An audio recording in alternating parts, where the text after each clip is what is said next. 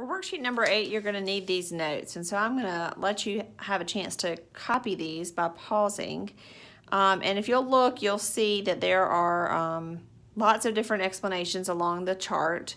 You'll start, you have non-real numbers or real numbers, and then once you get to real numbers, you're going to have irrational, which are those decimals that never repeat, or rational.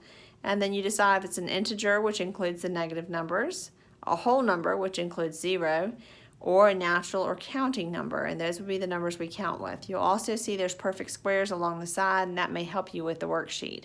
So if you want to pause and copy this down, or take a picture of it, screenshot it so that you have it while you're working on the worksheet. The next thing you're going to see is this chart, and what it's going to ask you to do is for each number in the column, it's going to ask you to go through the flow chart and decide what it is. And so for the first one, the number is 4. We're going to start at the bottom of our flow chart, and we see that it is a real number. 4 is a real number, so we're going to mark real. It's also rational. The next part that it would also be included in is an integer. Integers include negative numbers, but 4 would work in the integers. And then a whole number includes 0, and 4 is a whole number.